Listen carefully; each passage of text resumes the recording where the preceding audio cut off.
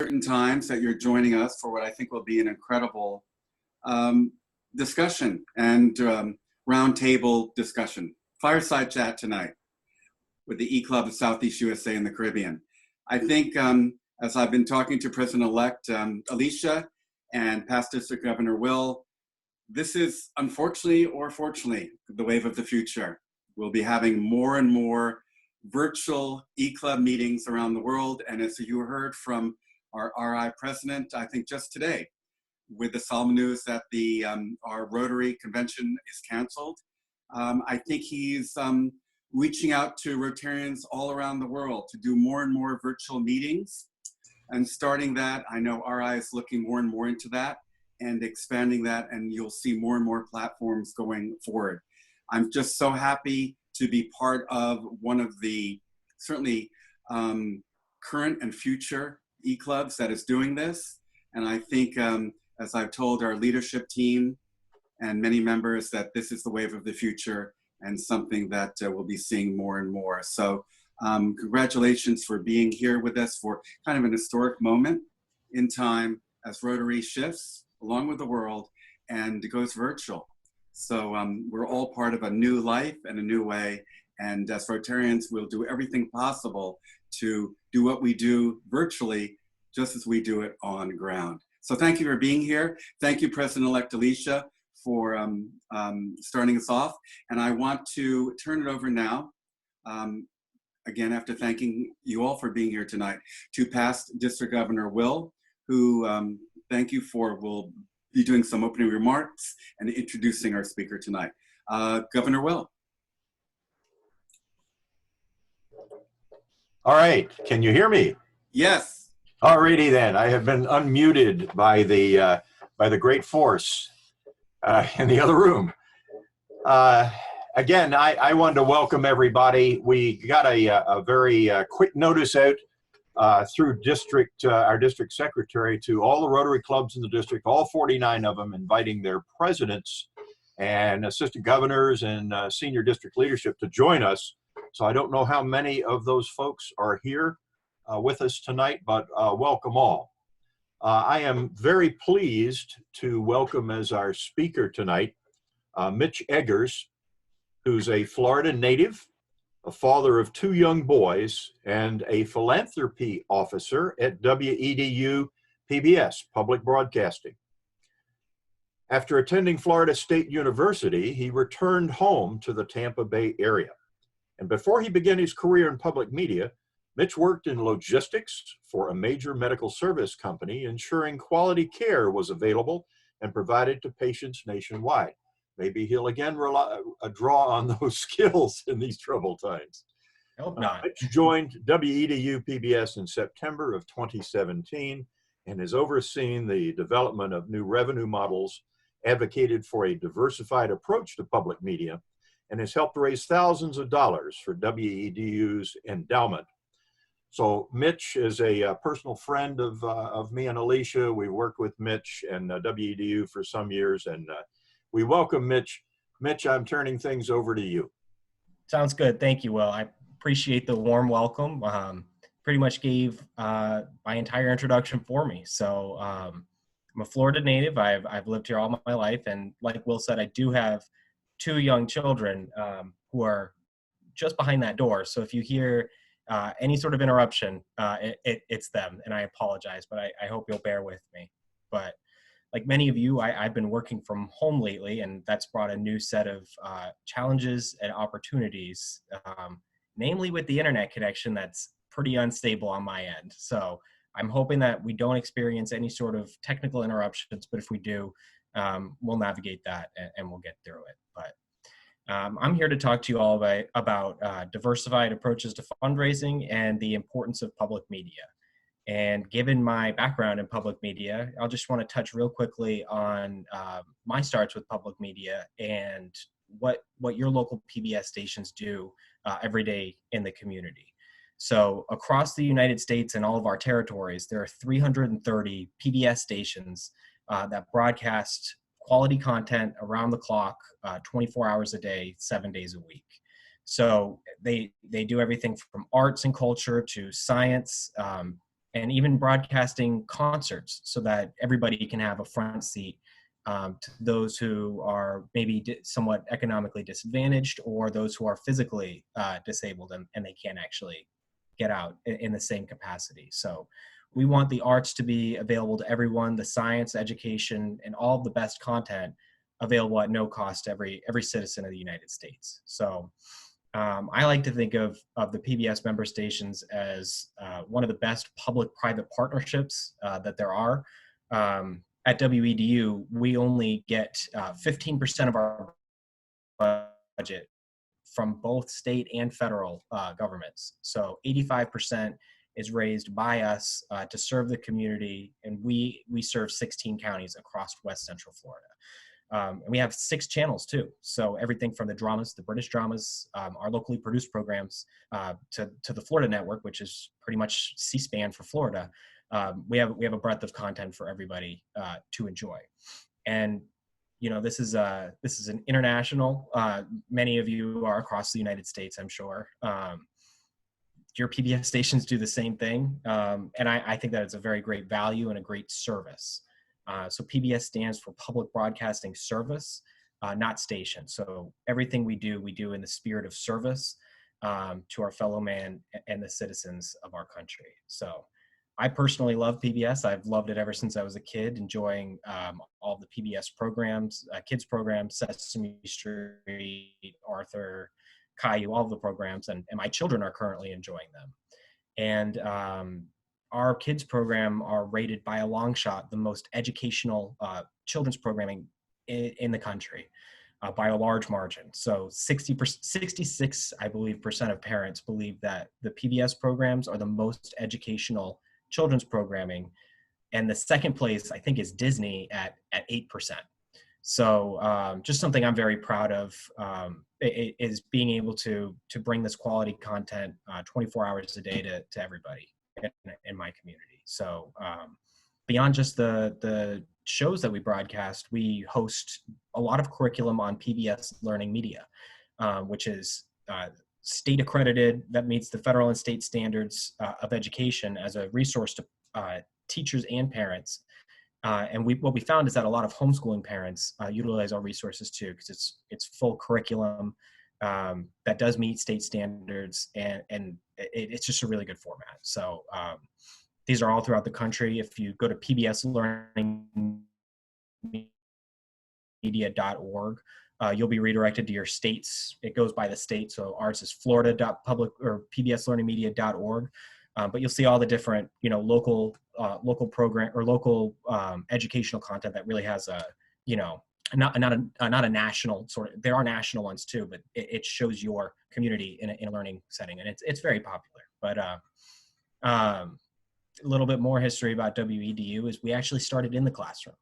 So in 1958, we launched our first broadcast. This was 10 years before PBS even existed. So we launched as WEDU Channel 3 as an educational resource and television to be played in the classroom, which was a pretty revolutionary idea back in the day when TV was still not a household item, especially in Florida where air conditioning wasn't either. So it was a pretty revolutionary idea, but we've been around for over 60 years serving our community. And I just think that PBS nationally and locally is one of the most important services to our country. We have a type of journalism that isn't for sale, and we're not bound by advertisers. We're accountable only to our constituency, our viewers, and our donors. So we're very responsive to the community feedback.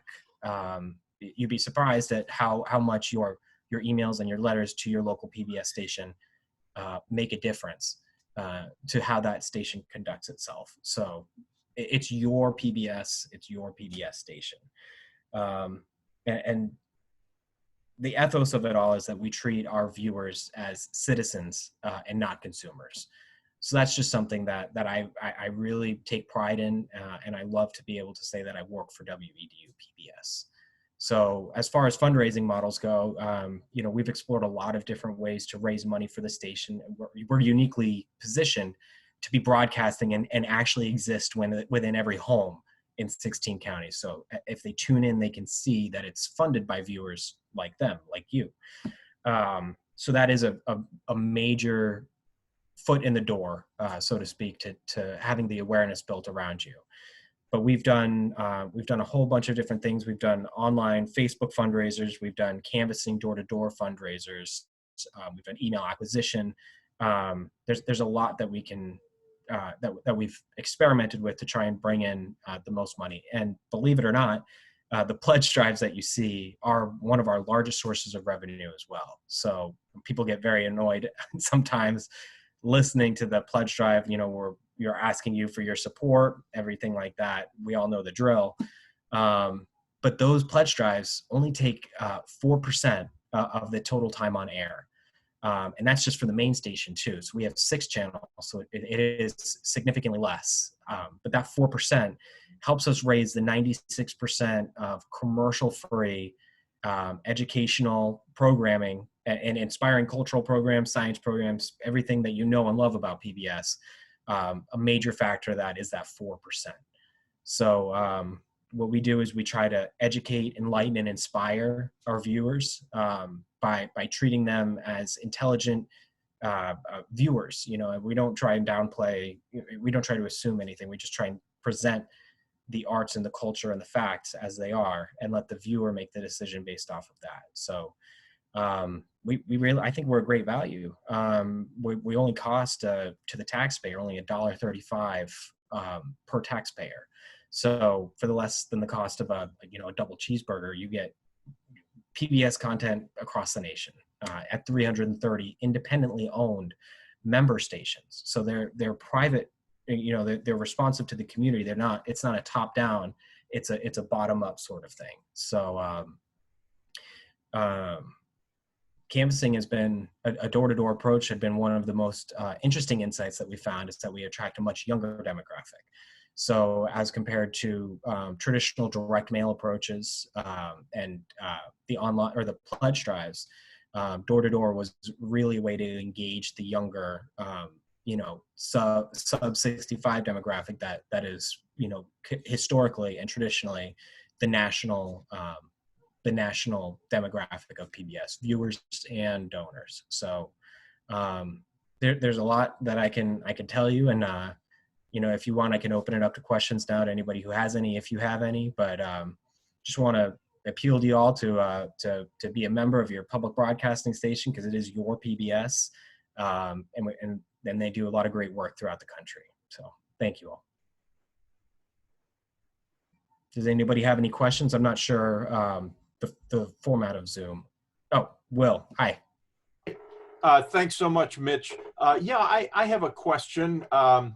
I was involved in PBS back in Norfolk, Virginia, and every year they had something they call the Great TV Auction. Okay. It was a lot of fun. It was an online auction. They had businesses and individuals donate all kinds of stuff. And some of us worked in the studio. Some of us were runners to go and fetch this. Some of the local merchants provided everything from hot dogs to chili, which was okay till the big vat of chili spilled in the guy's VW. Oh, no. But that was another story. At any rate, have you guys ever done that, or have you considered such a thing? Well, the auctions, I don't have, I mean, we've been around for 60 years, so there's some things that, may have been lost in history that haven't been documented, that in the archives that I've seen. We did do sweepstakes back in the early to mid to late 90s, and we've gotten away from that. But we had the auctions. That's actually a fun story around the auctions, is that the first pledge drives were auctions, and they were called festivals. And they came out of KQED, I believe. But no, we haven't done that in the recent past, in the last 15 to 20 years, a sweepstakes or an auction. But we do our pledge drives, which I'm sure you've seen, which have been doing very well. But as far as I know, we haven't done anything quite along those lines. But I'd be interested to hear more and bring that back to the station.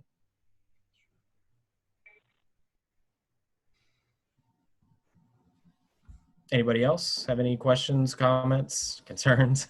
You're welcome to unmute yourself, Suzanne. Go ahead. Thanks. Sorry. Yeah, you're fundraising currently, right? Mitch? Yes, we're in our and so- spring pledge. Yes, I'm seeing Susie Orman again and again and again. So I'm an old viewer, and when the pledge drive hits, this is not my soap. but maybe Will hasn't seen that. But there are always books on offer, and CDs and whatever else is given by the person that has the show part of the fundraising. So if he hasn't seen that, Will, I don't know if you've seen that. Well, Susie Orman, she's been popular. I'm getting a little bit of feedback here, but Susie Orman's been very popular for many years. This may actually be her last one of her last programs that she does. So I've seen it too. She's all over. She's very popular. She's a very, very popular lady. Most of our pledge has gone to that lately. That and Dr. Daniel Amen, or Dr. Amen, I believe. But yeah. Will? Mitch, we had one person texted in, what percentage of pledges actually result in dollars to PBS? So as far as the percentage of pledge programs do you mean like how many programs are successful, or what is the total revenue amount? No, I think if you get 100 people to pledge, what percentage of those actually comes through with that pledge to PBS? How many actually pay? I mean, most of them pay. We don't have a lot of fall off rate. Our donors generally understand that they're pledging a gift of support and they're getting that in return. Most people know that it doesn't cost $72 for a DVD. They want to support the station and get the product as well. A sort of win-win, what's in it for me sort of situation. But pledge results in over 30% of our total revenue, at least the last I checked. It depends on the season and it depends on the program, because you could have Susie Orman, which is just way mega popular, and that accounts for such a huge amount of, that season's pledge drive. And then you can have a couple others that are, newer and, don't really hit well in the demographic. I've been a part of a pledge program where we didn't get a single call in the 2-hour pledge or the hour-and-a-half pledge program. So it depends on the content. It depends on the day. It depends on who's watching, and it really just depends. It's very, especially in our market where we have a lot of snowbirds, you kind of got to play it by ear and do the best programs. Yeah, but of the people who actually do pledge, a very high percentage of those people come through is I guess very high. Yeah, they know because it's more than just we do have some people that take advantage of the system. Don't get me wrong, but we know those people generally, and it's a very small group of people. Okay. Does anybody else have any questions? Suzanne? It's not a question, just another comment, because I'm an old time listener. I've been here since '92, so I watch you a lot. Awesome. And your sister station. So, but wanted to say that André Rieu was, do you remember, do you know who that is, the violinist from Netherlands? Yep. When he first came to Tampa, only the Germans came to see him because they knew who he was. Really? So a little crowd of older ladies sitting in the middle somewhere in this huge Emily Stadium. And since you have put him on as a fundraiser, he has filled stadiums. So that's really, it goes both ways, I think, which is nice. So yeah, because we really appreciate that. And we're seeing something similar with a gentleman named Pavlo right now. He's from Tarpon Springs. He's a Greek guitarist, and he just got, I don't know if this is public yet, but he just got picked up PBS nationally. So he will be on a national pledge drive. So it's always fun to see what you create and the people that you build up, grow into sort of a national phenomenon and a nationally loved treasure. So we love doing that. It's part of our service, and I'm glad you remember, Andrew. Well, yeah, the technician Brian Meehy is a good friend of mine. So. Oh, great! Yeah, Brian is our audiologist. He does a lot of he does I the know he's still got a job. We're very happy for him. yeah. I'm very happy that he's there too. He's a great guy. Anyway, yeah, I've known him for long. I think Anyway, it's a Alicia wonderful has unmuted me. Could you say that again? By the way, Alicia, my wife would like to borrow that unmute button or that mute button. But Mitch, two-part question. We just finished the 2-week pledge up here in Jacksonville with the US station. And you may have answered the first question already. To what extent is public television supported by the sponsors? In other words, what percentage of support comes from sponsorship? And the second question, I've often been amused, I'm not being critical, but I've been amused that the sponsors, while it doesn't constitute aggressive advertising, it's a very subtle message. And I'm wondering, where do you draw the line between advertising and sponsorship? Well, that's a very good question. I think that at WEDU, I can check the numbers and get back to you, but I think it's around 15 or 20% that is our revenue by underwriting. And I can get that back to you or give it to Will and let you know. But I think that if you asked Jacksonville, I think it's WJCT. Yes. Yeah. They'd be more than happy to tell you exactly the amount of revenue that they made, at least in the last fiscal year. And as to your second question, we're actually bound by our agreement with PBS nationally to not have for the difference between having a community partner and running a commercial. So there's no call to actions. There's no get this right now while it's hot. This is 20% off today only. Our relationship with our sponsors and our underwriter or our clients, and this is another department from mine, so I'm not totally versed in it, but it's a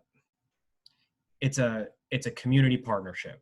So they are supporting us serve the community, and we're supporting them by letting our constituency and our viewers see who they are. So it's just a really brief encapsulation of their mission statement, for lack of a better word, who they are, where they are, what they do in the community, and why they do it. So we have our most recent one that I've seen in our area is the La Segunda Bakery, which is one of Tampa's older bakeries, restaurant bakeries, and they just have videos of them showing how they bake bread and say that we're proud of our community, we're part of our community. No call to action, just letting them know who they are, where they are, and what they do. So it's very important, and it's important to us, and it's important to PBS nationally that we don't cross the bridge, because we're non-commercial television. But we do have people, businesses in the community that support our mission, and we can support them too without becoming, commercials. Does that make sense? Yes. Yeah. Great. Anybody else? No? Do you provide support to other nonprofits in terms of advertisement? As far as running spots for them, in terms of running spots for them for free, generally no. Generally that's reserved for our sponsorships. But up until just this last year, we were a major partner for Give Day Tampa Bay. So we broadcast for 24 hours, all of the different nonprofits in the area, a lot of them, kind of first come, first serve sort of thing, to tell about their mission and help raise money for them. So we would partner with the Community Foundation of Tampa Bay, and there would be different matching grant opportunities available to them. But we would, be on YouTube, and we would be on our main channel saying, today's Give Day, give to a nonprofit, your favorite nonprofit. Here's some great nonprofits, And we do that. We did that up until last year. The community foundation in the area also chose not to do it, so it was a mutual thing. But we help highlight the different nonprofits in the area every year through our Be More Awards. So this was our 14th or 15th annual, I think 15th annual this year, that was hosted last month. That we help bring awareness to different nonprofits in the area. So we reach out to as many as we can, the communications department does, to let them know, hey, we're having an awards ceremony. We're having an awards here. Submit what you do, tell us your case, and we'll have 2 different voting categories. One where people can vote on the internet. They can see your name, what you do, and who you serve. And they can vote on the best one for different categories, for be more involved, be more empowered, be more knowledgeable. And then another independent panel of judges a smaller amount of categories. So we do a lot. It's part of our mission to, uplift the other nonprofits in the area who are doing important work as well. As far as advertisement though, I know that we do have, our formal corporate sponsors that are underwritten, but we do our best to raise the mission how we can, at least once a year, through our big awards ceremony. Okay, Suzanne? Mr. Eisner. Thank you, Mitch. Your viewership, is it hold its own and be steady over these past years? Is it on its way up? Is it on its way down? How has it been over the years? So I can't speak in numbers of viewership specifically, because that data comes from Nielsen, and it's very expensive, prohibitively so, for us to be able to get the actual hard numbers. But we do base ourselves off of our membership, so those who are members and the retention rate of those members as well. So we're seeing consistent retention rates, so we're not losing any, and we have seen an uptick since WUSF went off the air. So when they went off the air, we added two new channels to our broadcast and created WEDQ, which played a lot of the programs that they left behind. Through doing that, we saw, I think it was a 3 or 4% increase in our number of donors, and they've retained. So if we base it off of that, then we can see that we have increased viewership just based off of that factor, but we haven't seen a drop in membership in the few years that I've been here, at least, and from what I understand, at least the last 10 years. Thank you. Yeah. And we're getting new viewers every day through our PBS video app. So there's the PBS video app on your iPad, your iPhone, Roku Fire Stick, or just on pbs.org or video.wedu.org, where you can watch a lot of the content that we have playing for free on that app. And if you want to become a member through a Passport member to WEDU, it's $5 a month or $60 a year. You get some exclusive content for a longer period of time. So we're still public broadcast, and times are changing, and we're trying to be relevant in this age. So everything that is on Passport, the stuff that's locked behind the paywall, is available for free on the PBS video app for a certain period of time, just not an indefinite period of time. So we want everybody to be able to view that content, but we just still want to encourage people to become a member, a Passport member, if you will, for our WEDU Passport. So everybody should download it. You know why I say this? Because I'm a dinosaur, and I don't mind admitting that. In the years that there was channel 2 through 13 back in New York, you were very easy to find. Today, people are switching from Spectrum to Frontier to Wow, and I'm sure you're going to be on. I didn't even know you guys were still in existence. Oh, really? I had no idea. I'm I'm no longer a TV watcher, so I have to start with that. But I didn't even know. Years ago, I watched only, PBS, and it was always very interesting. And you're enlightening me to what I now need to go look at. But I haven't really. I'm not a TV watcher. I'm not a movie watcher. So, but that's what my interest is in learning channels. Yeah. So like I said, I'm glad I tuned in today because I feel that I've returned to my youth, I like to say. So Well, thank you. I definitely understand. Oh, I'm sorry. I'm seeing some interference on the line. Yeah. Can you hear me? You're breaking up. You're going in and out, but I can hear you. Okay, that's the same for you. I kind of missed the last probably about 6 seconds of what you said, so I apologize if I don't address something, and if I do, please let me know. But yeah, that's definitely a concern of ours is losing the awareness and the relevancy as time goes on.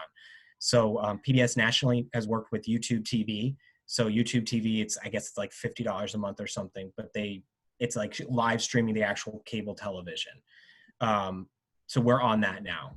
But beyond that, download the PBS video app. It's on all the major platforms, and it's got the great content that you used to enjoy.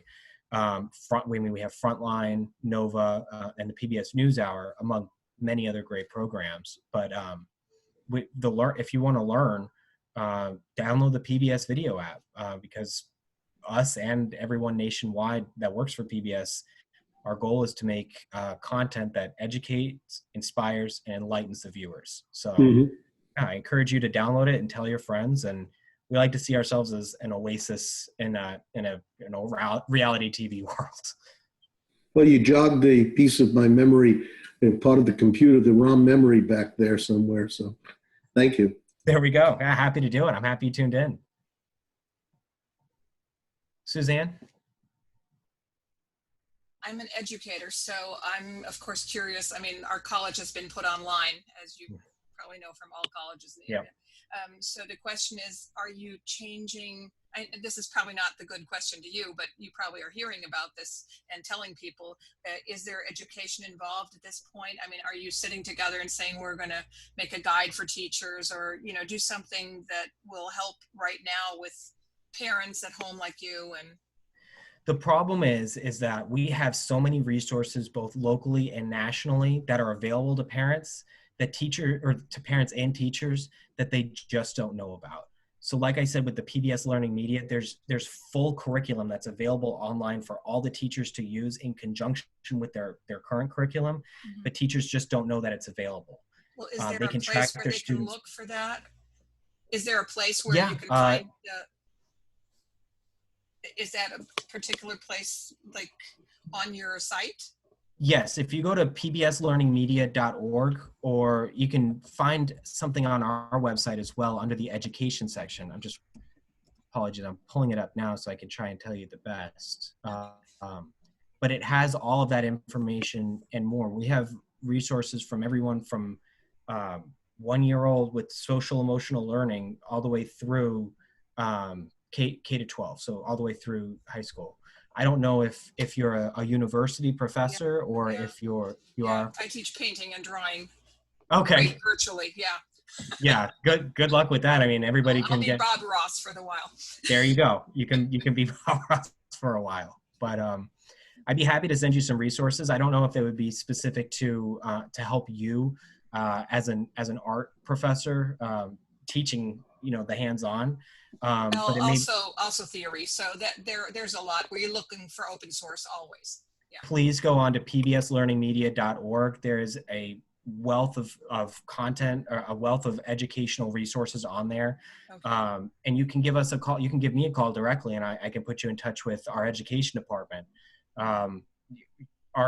We started in the classroom, and WEDU, the EDU stands for education. So it's definitely unfortunate that, as time goes on, like Mike said, you forget about PBS, but we're still here. We're still backing parents, teachers, educators of all kinds. So I'd be happy to forward you some resources. You can see if there's anything that might be helpful to you or one of your colleagues.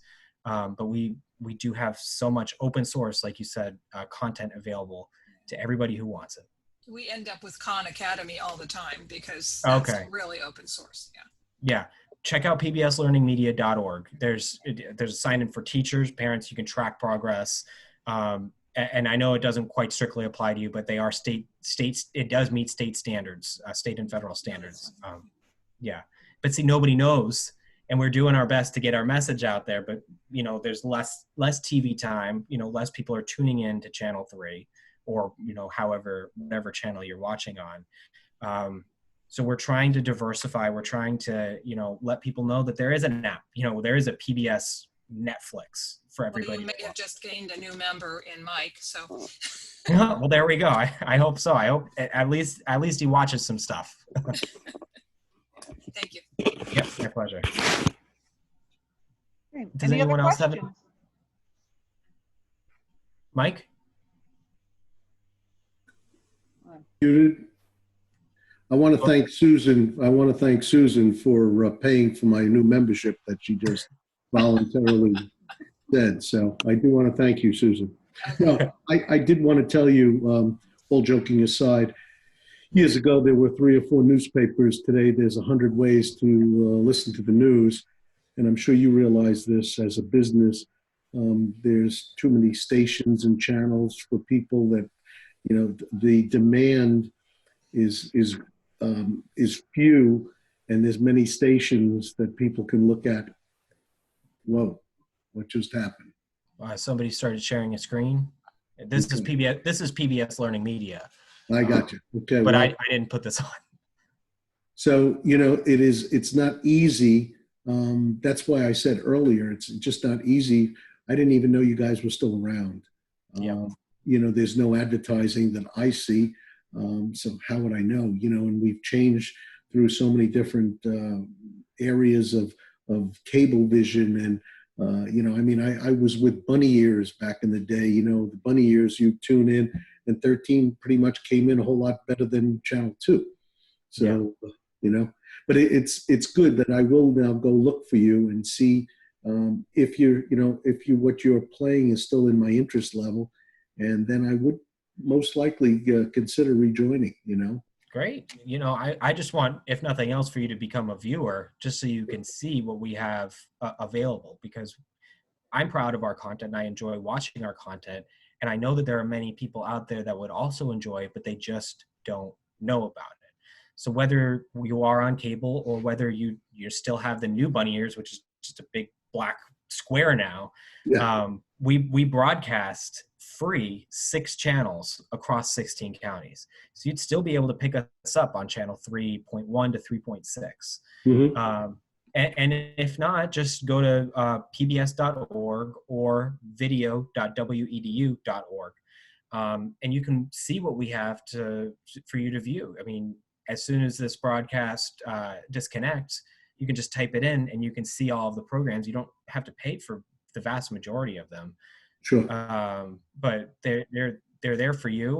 Frontline does really brilliant investigations and exposés. I'm really proud of their work. But it's there. And if you like it, tell your friends, and hopefully they'll watch too and tell their friends. Well, that's the only thing really. That's the only thing really today that holds my interest. I'm not a movie person. I'm not a police detective person. I leave that to others. So, you know, I would be interested because, like I said, I look at Alaskan type stuff. I look at all nature type. Anything that's educational is my interest these days. So, if there's something that I can learn from and that would hold my interest, it would be something I would really look to go, you know, further through. All right. But thank you. I appreciate it. Yeah. I'm happy to hear that, because we actually, you know, have a program on there called Nature. I think it's produced by the BBC, but it has nature content within the program Nature. And so we have a new program that's not like the Alaskan programs. I think it's called Expedition. I haven't seen it yet. It just came out, but that's available on there too if you like. You know, the exploratory outside shows like that. So keep an eye out for that. I think that's on there. It's got to be something real. I'm not into fake stuff. That's what it comes down to, whether it's Alaskan or anything like that. It has to be more realistic. So, and that's our journalistic and our production standards. mm-hmm. So I hope that you find something that you enjoy on there, because that's I'm what we sure. try to appeal to. Okay. Thank you. Yeah, thank you. Does anybody else have any questions? No. No. Right? Well, I thank you all for your time. I appreciate you taking time out of your schedule to listen to me talk about PBS and local public broadcasting. And I hope for everybody who's forgotten about PBS, you guys find something, that you may like, or that one of your loved ones may like. But if you do, consider supporting your local PBS station. They do a lot more than just the TV in your area. And I appreciate all of your time. Thank you. Mitch, before you sign off, I think maybe there was somebody who had phoned in who had a question. Oh, okay. Absolutely. If there's a caller that has a question, go ahead. Maybe not. Will, I just wanted to ask a quick question. I think Suzanne mentioned it a little bit, but moving forward, I know we don't have crystal balls and all of that, but now that everybody's transformed or kicking back in their living rooms and houses and apartments across America, and looking for things to watch, how do you see public broadcasting? Do you think that people are going to hopefully come back to public broadcasting and check it out rather than going to maybe Netflix and Amazon Prime and so forth? Do you think maybe they'll, like you say, kind of look at music and the arts and opera and so forth, give it a check back because we get busy, we come home, we look at Netflix and Amazon Prime, but now that we have all this time and the visual medium is just going to go up tenfold because of there's just going to be not enough to watch. I mean, everybody's going to be looking at Frasier reruns and Golden Girls. So the point is, do you think, and it's great for you and hope that people give you another shot, another chance if they haven't, because they're bored and kind of cabin fever and looking for something new and exciting and maybe getting back to public broadcasting?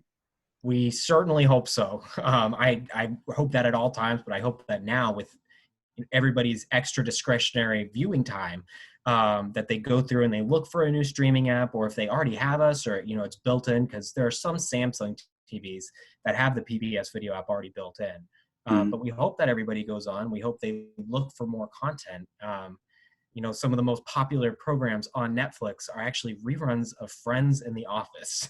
So we're hoping that people get tired of watching the same thing and come enjoy the arts and culture and science that we have to offer in a truly captivating way that respects the viewer. So we hope so. We try and get out in the community and let everybody know, but everybody's probably checking news and then trying to unwind from the news. And we hope that we could be that source of reprieve and relief and an oasis that everybody can turn to.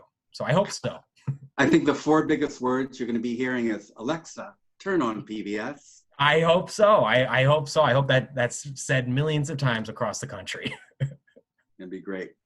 It was fascinating. Thank you so much. And getting your mind off of everything in the world. It was wonderful to see you and hear you and also take part of Rotary. All the great things that we do around the world, and certainly ties in with the mission of what PBS does and what you do for the community and the nation. So we have a lot of things together.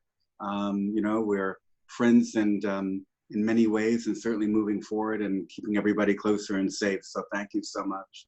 Thank you. I appreciate you having me. And Will is, Will is a great ambassador for the mission of Rotary as well. And I appreciate you having me. And I see you have Will? Yeah. Mitch, I want to give you again a personal thanks for sharing all this for you with us, and just to let everybody know, the E-Club of Southeast USA and Caribbean is not confined to just what our name says. We have members currently on 3 continents in 26 Rotary districts, so we're really all over the place, and I think our influence will be growing just like PBS. So thanks again. Great. Question? Just something for the Rotary Club, because I wanted to say that Dennis Feltwell is my boss at PHSC, Pastor Hernando State College, and he's a new Rotarian. And I told him about this tonight, and he is pushing a 12-hour day, the fourth on an empty campus. And so he was sitting today in on our meeting, which was really, really nice of him to join us. So he was a guest to our club, and Awesome. I want to thank him for doing that. I think that was very, very nice. So. Hey, everybody. Hi. Hi, Dennis. I'm with the Dade City Noon Rotary in Dade City, Florida. Great. Great. And you're from PHSC?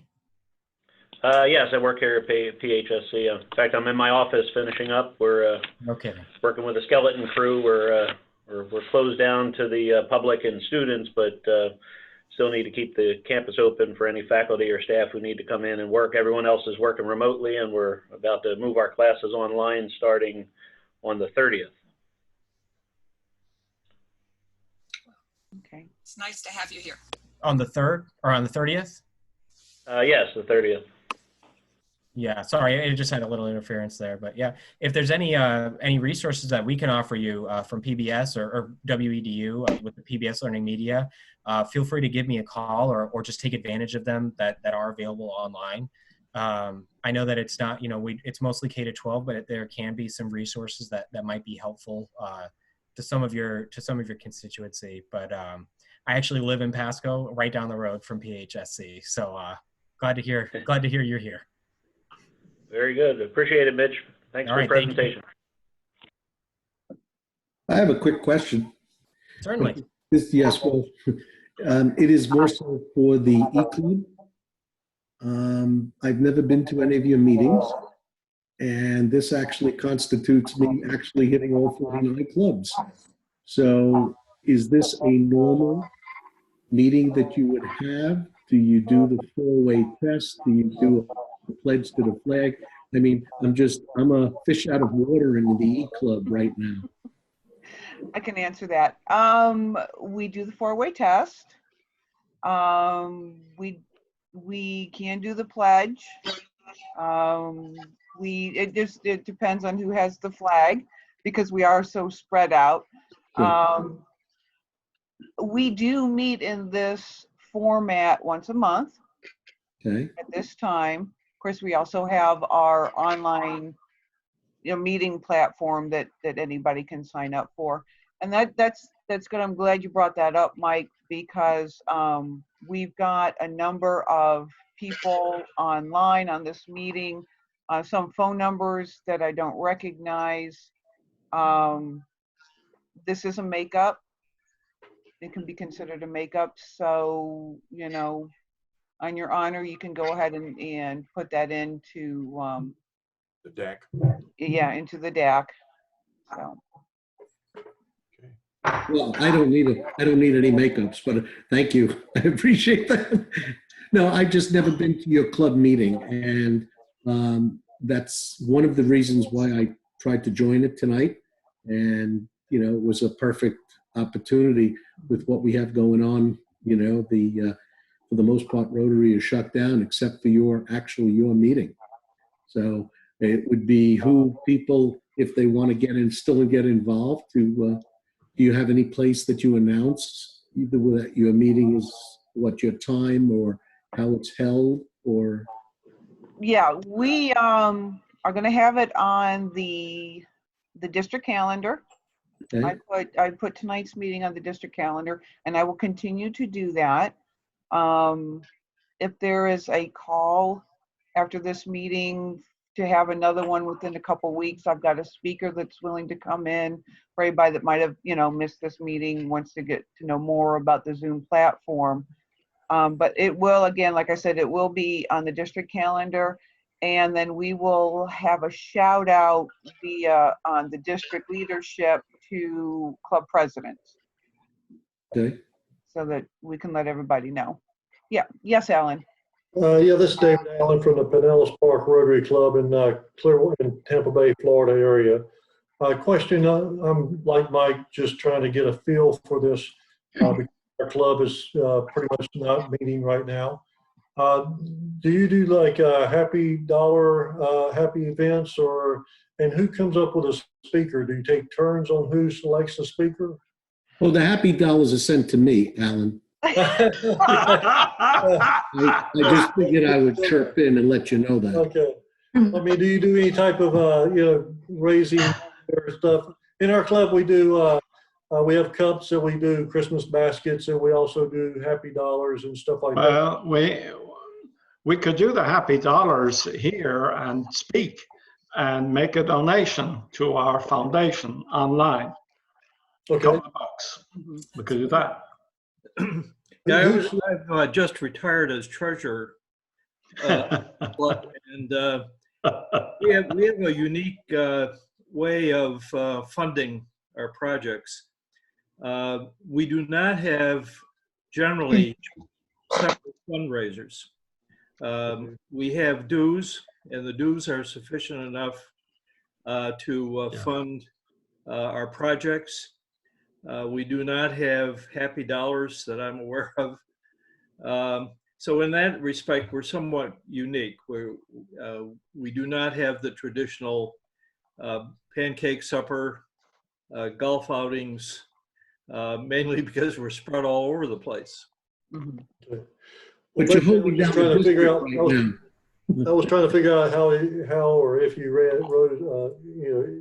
got funds or fundraisers.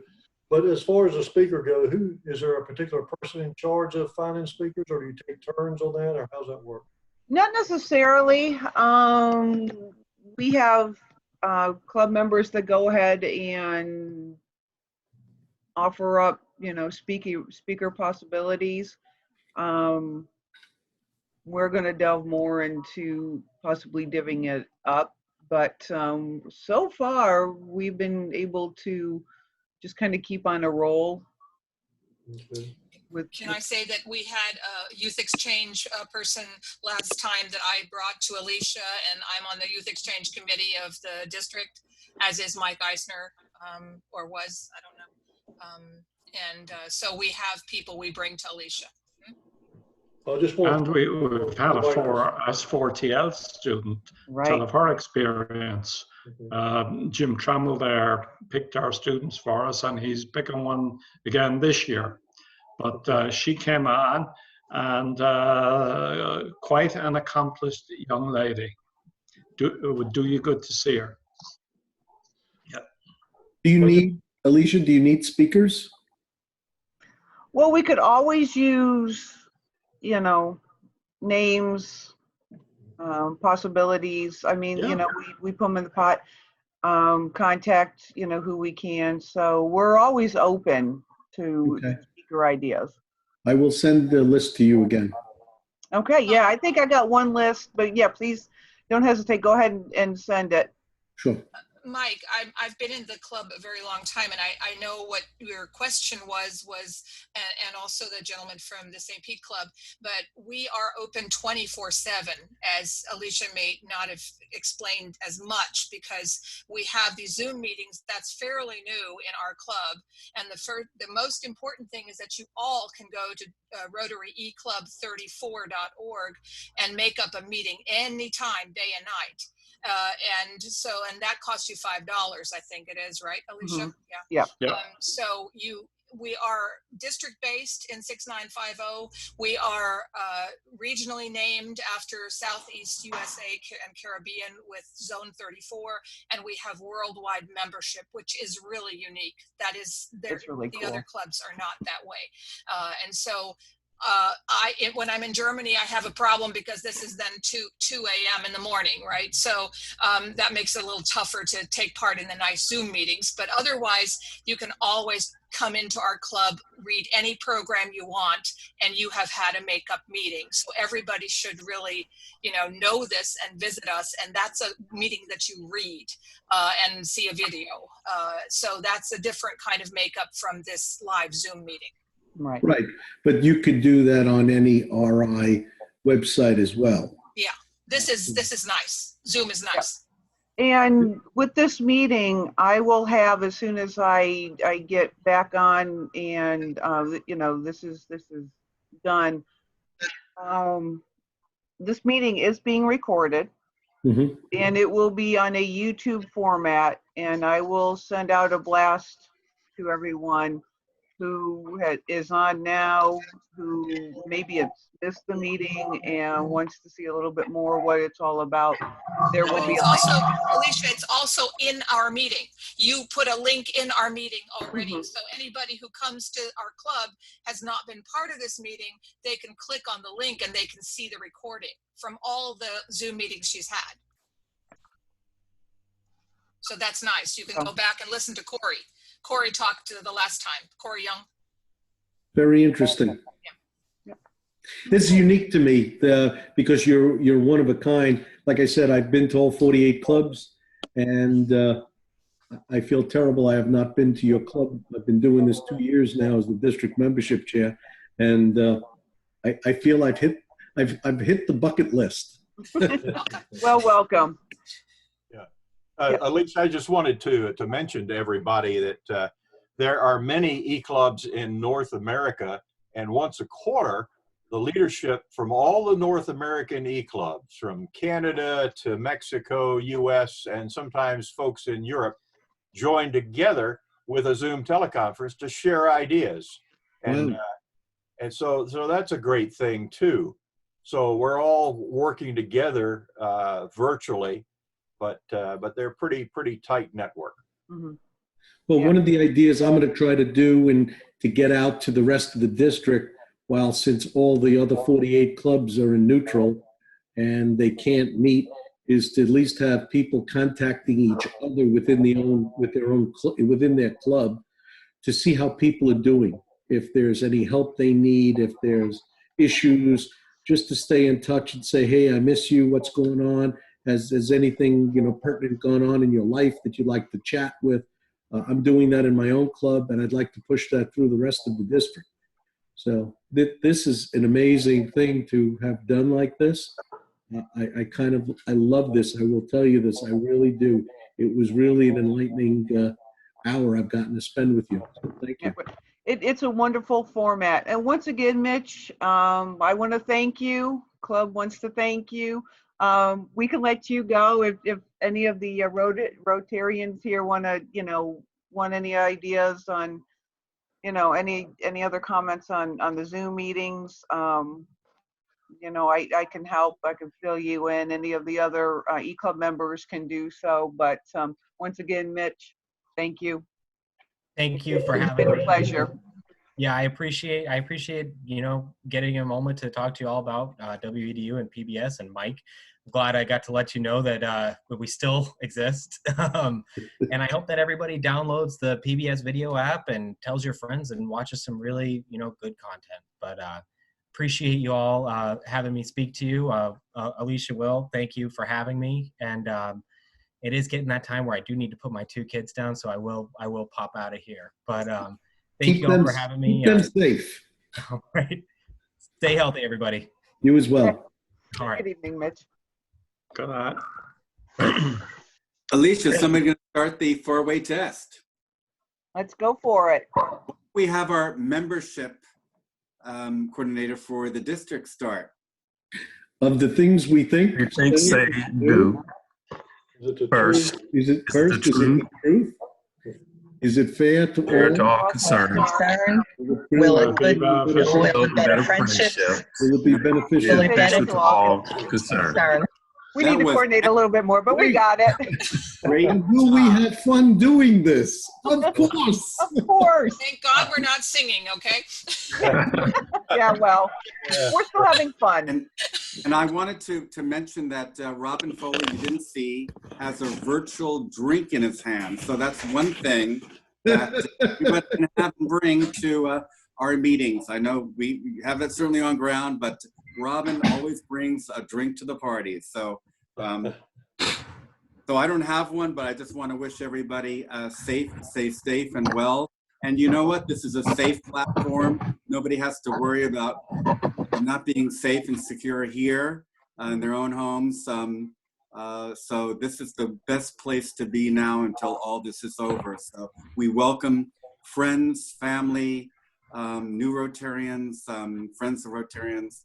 Come and join us for next meeting for friendship and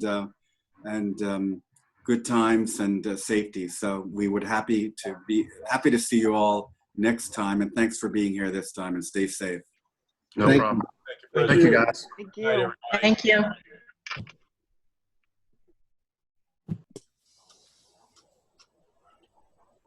Is everybody on?